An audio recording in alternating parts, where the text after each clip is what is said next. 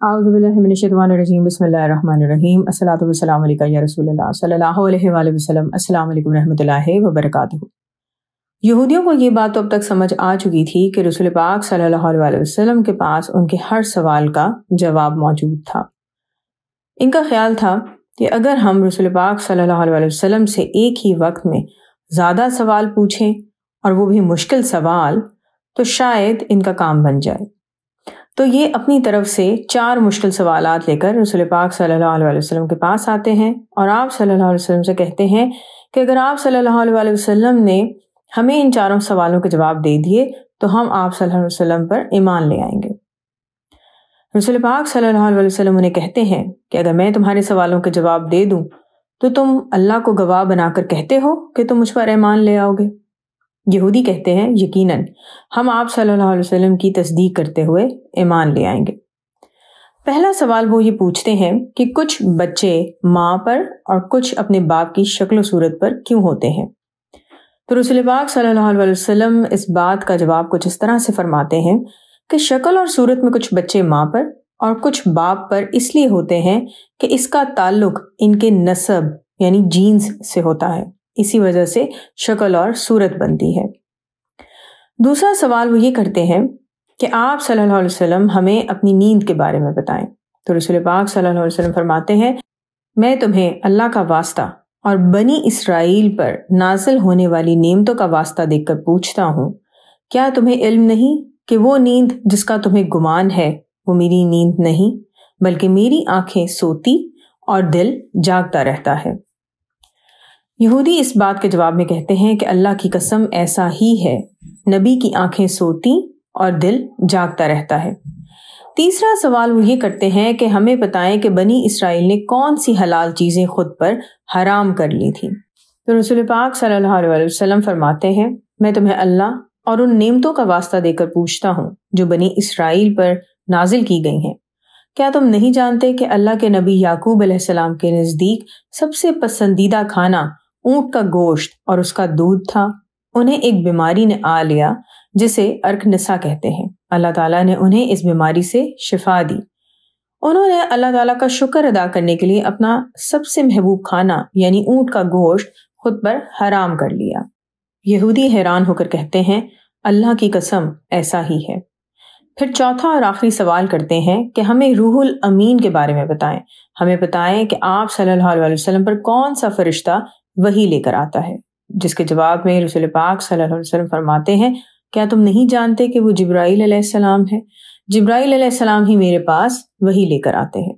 तो यहूदी जवाब में कहते हैं कि अल्लाह की कसम ऐसा ही है, लेकिन जिब्राइल हमारा दुश्मन है।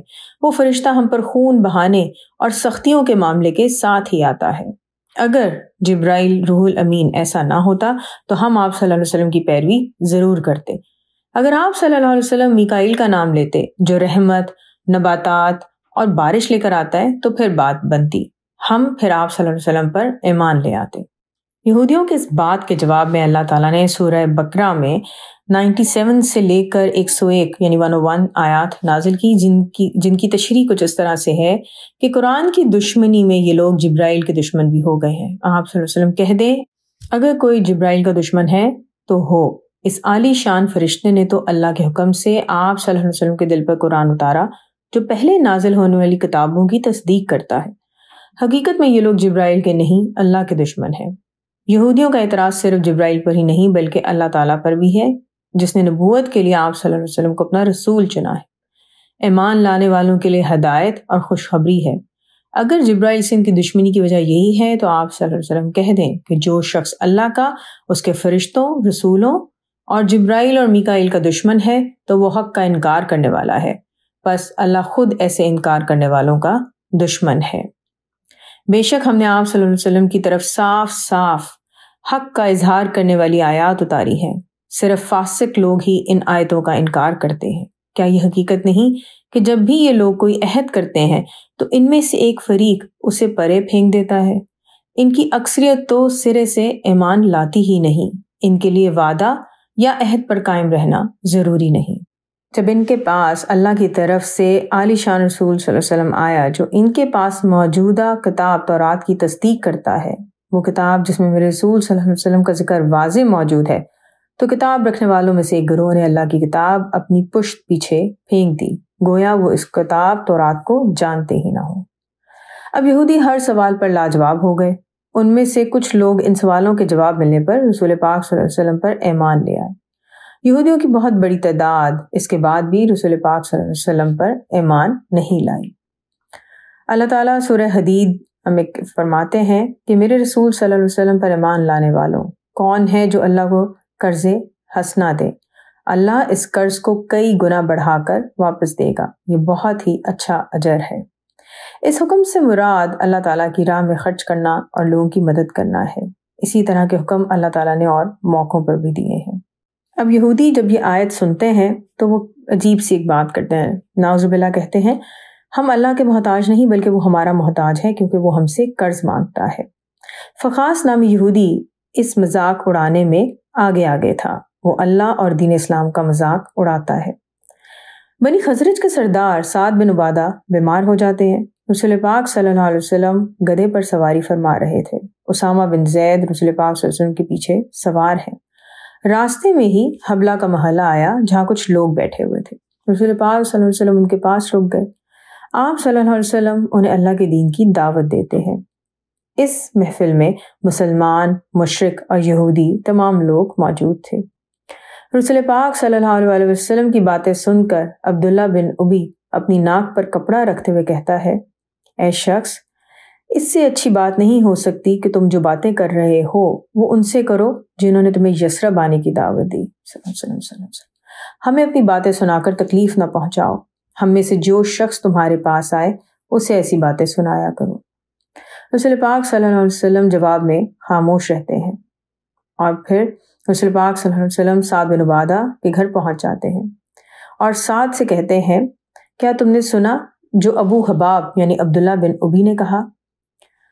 رسول پاک صلی اللہ علیہ وسلم سعد کو ساری بات سناتے ہیں تو سعد کہتے ہیں کہ اللہ کے رسول صلی اللہ علیہ وسلم، آپ صلی اللہ علیہ وسلم اسے معاف کر دیں، ہم آپ صلی اللہ علیہ وسلم کی مدینہ منورہ ہجرت سے پہلے ابو حباب کو بادشاہت کا تاج اور شاہی امامہ پہنانے والے تھے۔